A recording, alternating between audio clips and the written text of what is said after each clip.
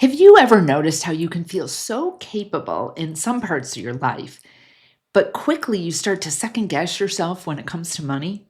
Even when you've been careful, responsible, and attentive with your finances, something inside still asks, like, what if I mess this up? Well, lots of people assume this means that they're bad at money, and that's not what actually is happening.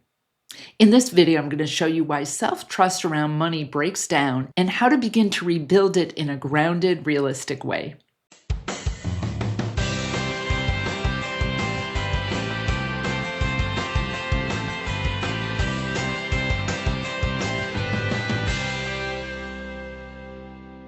My name is Ellen Rogan, and I help people stress less, prosper more, and reshape their relationship with money. Losing trust in yourself with money doesn't mean that you lack discipline or intelligence. It usually means that something interrupted this trust along the way. And today we're going to explore how self trust erodes and why it's common around money, and what it looks like to rebuild that trust without pressure or perfection or faking it when you don't actually feel it. Most people assume that self trust with money comes from knowledge or experience. But when I was a financial advisor, I worked with people who were incredibly smart, capable, and financially successful, but still didn't trust themselves. They researched endlessly, they asked multiple questions, but then they delayed decisions, and they override their own knowing. What's happening isn't confusion, it's a relationship issue between you, your inner knowing, and money. Somewhere along the way, the media or past experience, comparison with friends, or fear of getting it wrong started to carry more weight than trusting your own inner guidance. And when money decisions feel high stakes or permanent, self trust is often the first thing to disappear. Some of the common reasons that people stop trusting themselves around money, well, some of them are shoulds, too many shoulds they feel like they should be doing. They're hearing advice from talking heads on TV, or they get expectations from themselves or others. There's comparison. Then there's the lessons we heard growing up around money about what you should be doing. And sometimes past decisions that didn't work out became part of the identity.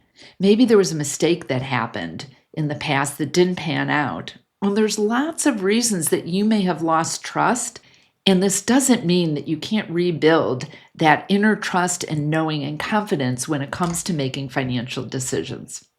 We can often create stories based on one bad decision, like, I can't trust myself, or what if this happens again? What if I lose everything? Even if there's no evidence to support that, it can still be in our money energy and affect our decisions.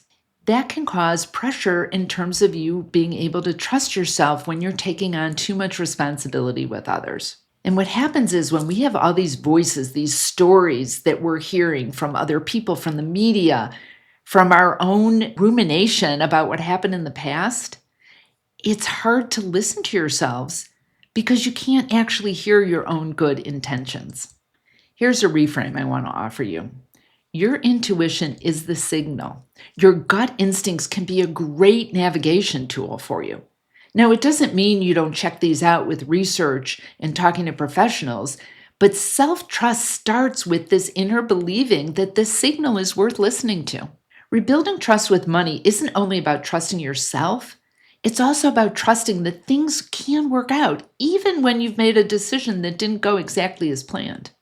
Many people lose self-trust because they labeled those past choices as mistakes instead of learning. But money decisions aren't a test you pass or fail.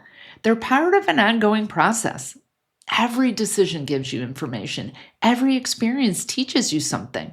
Now, a great question to ask when you're faced with a financial result or situation that doesn't feel good is, what if this were a good thing? What can you imagine might come out of this that could be helpful? Perhaps you avoided something worse, or the learning will lead to new opportunities for you. Years ago, I worked with someone who had lost over $100,000 from his business partner, who was secretly taking money out of the company. He felt devastated, betrayed, and embarrassed that he didn't know this was happening. Once he was able to emotionally and sadly criminally process what happened, he was able to use this experience in every aspect of his business. Instead of doubting his abilities going forward, he used what happened to set himself up responsibly. He knew it was happening in every area of his business life. When you can trust yourself to adjust, respond, and learn from what happens, self-confidence and self-trust return. For many people, it's also important to have an inner knowing that money isn't punishing you or abandoning you when there's been losses or mistakes that have happened. We all have lessons that we get to learn if we choose to, but ignoring the lessons or resisting the learning may have similar situations keep appearing until we've learned what we're meant to.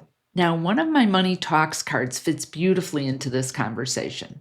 And it asks, what lessons have you learned from a financial setback or mistake? I love this question because it shifts the focus from judgment towards wisdom. When you look back at a past decision through the lens of learning, you begin to see that your experience has made you more capable, not less. So take a moment and reflect on this. What lessons have you learned from a financial mistake or setback? Not what you did wrong or what you regret, but what you learned. This is often where self-trust quietly starts to rebuild. And rebuilding trust doesn't happen necessarily in big leaps. It happens through small follow-through. Here's a few gentle ways to start to rebuild that trust.